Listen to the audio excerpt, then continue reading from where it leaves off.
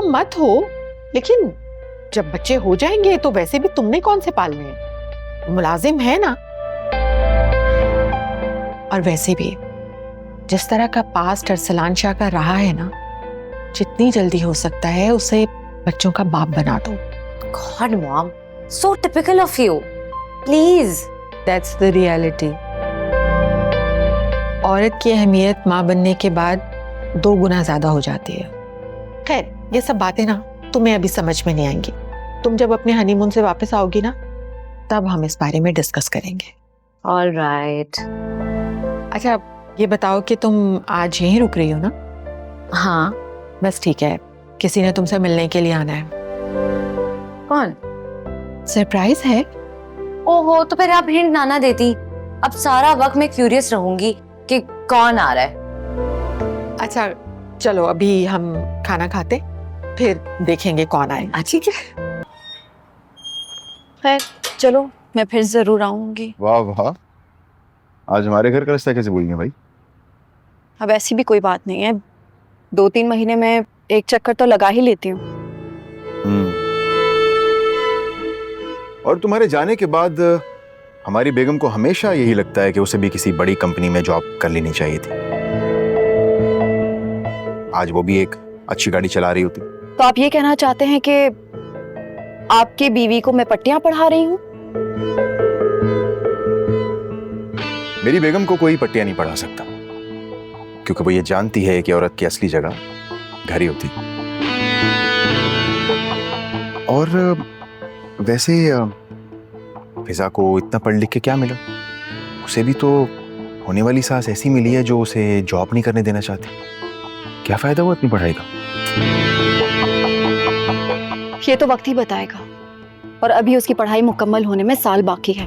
अल्लाह मालिक है, मैं तो उसके लिए बस दुआ करती हूँ कि उसे कदरदान लोग मिलें। खैर आप बताएं, आपका काम कैसा चल रहा है? बहुत जबरदस्त चल रहा है, खूब प्रॉफिट हो रहा है। बल्कि मैं तो कह रहा हूँ कि तुम भी इतने अरसे से काम कर रही हो, थोड़ी सी इन्वेस्टमेंट कर लो। अच्छा खासा पैसा जोड़ लिया होगा तुमने। जी असफर भाई, काफी पैसा जमा हो गया है, इतना कि अलमारी के दरवाजे बंद नहीं होते।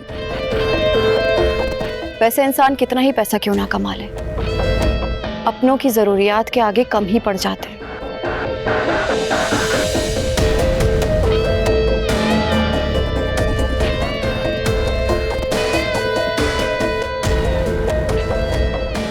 तुम्हें असफर पर तंज नहीं करना चाहिए था। मैंने क्या तंज किया है?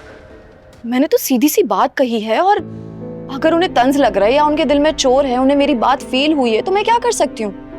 क्या पता इसी बहाने उन्हें अपनी जिम्मेदारियों का एहसास हो जाए। आलिया, मैं उनको कुछ भी कहूँ, कोई उन्हें कुछ कहना तो मुझे बिल्कुल अच्छा नहीं लगता। एक तो तुम जैसी शौहर परस्त औरतें ना मुझे समझ में नहीं आती। गलत को गलत नहीं कह सकती तो कम से कम गलत को गलत सुनने का हौसला तो रखो। जब तुम्हारी शादी होगी ना, तब तुमसे पूछूंगी। मियाँ बीवी का रिश्ता बहुत अजीब होता है।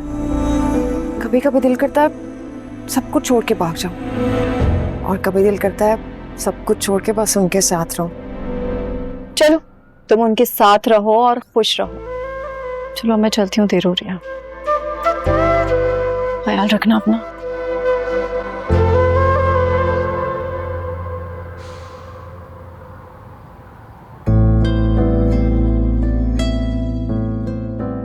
ये चलते चलते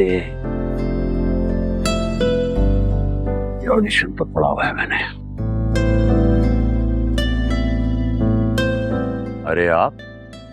अस्सलाम वालेकुम, कैसे हैं सर आप? वालेकुम अस्सलाम। मैं ठीक हूँ, लेकिन तुम्हें यूं अचानक देखकर बड़ी खुशी हुई।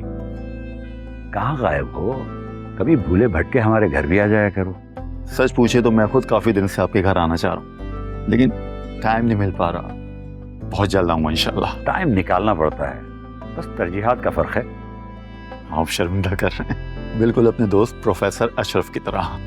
अरे नहीं नहीं फराज, मैं तुम्हें सिर्फ बेटा कहता नहीं हूँ, समझता भी हूँ। और ऐसे बेटों को कौन शर्मिंदा करता है? ये बात है तो फिर चलें साथ चाय पीते। चाय?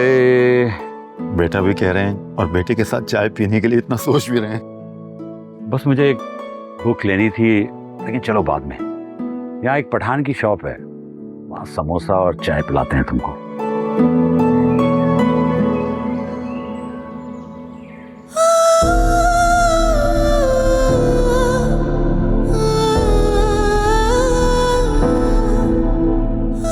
ये मेरी बड़ी बेटी आलिया बैंक में जॉब करती है। माशाल्लाह।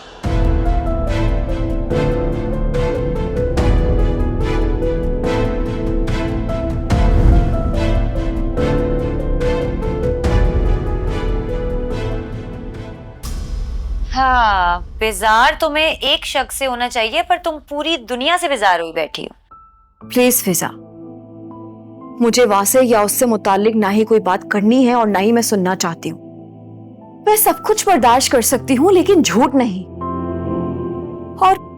और उसने मुझसे झूठ बोला है। उन्होंने झूठ नहीं बोला, लेकिन उसने पूरा सच भी तो नहीं कहा। और आधा सच पूरे झूठ से ज्यादा खतरनाक होता है, समझी? वो माफी मांग तो रहे हैं, अब क्या तुम्हें नागिन डांस करके दिखाएं? यार प्लीज, बात को मजाक में उड़ाने की जरूरत नहीं है फिजा। मैं वासे से बात नहीं करूंगी और ये मेरा आखिरी फैसला है। तुम जाकर उसको बता देना। तुम एक बात बताओ, तुम वासे भाई से करने लगी हो प्यार, इसलिए तुम इतना हर्ट हुई हो। देखो, उनसे गलती हुई है और वो इतराफ भी कर रहे हैं। वो अपने घर वालों को तुम्हारे लिए हमारे घर भेजना भी चाहते हैं, लेकिन वो तुम्हारे रिएक्शन से डरते हैं ना, कि कहीं तुम उनके वालिदैन के सामने इनकार ना कर दो।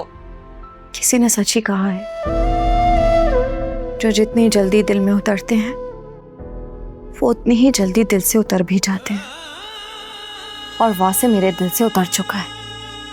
और अब हम उस झूठे इंसान के बारे में कोई बात नहीं करेंगे, प्लीज फिजा। तुम एक बार ना ठंडे दिमाग से उनकी बात सुन लो। फिजा, तुम इतनी वकालत क्यों कर रही हो उसकी? क्योंकि कभी कभार इंसान बुरा नहीं होता, बस उसका वक्त बुरा होता है।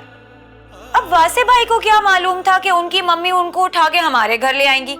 देखो, सोचो जरा, अगर वो हमारे घर की जगह कहीं और गए होते तब तुम्हें पूरी बात पता चलती क्या? नहीं ना। और अब तो वो अपनी फैमिली को दोबारा यहाँ लाने के लिए वेट कर रहे हैं। प्लीज यार, उनको माफ कर दो। जाओ यहाँ से। अम्मा का ब्लड प्रेशर जाकर चेक करो, वो कल से सर दर्द की शिकायत कर रही हैं। प्लीज फिजा, जाओ यहाँ से।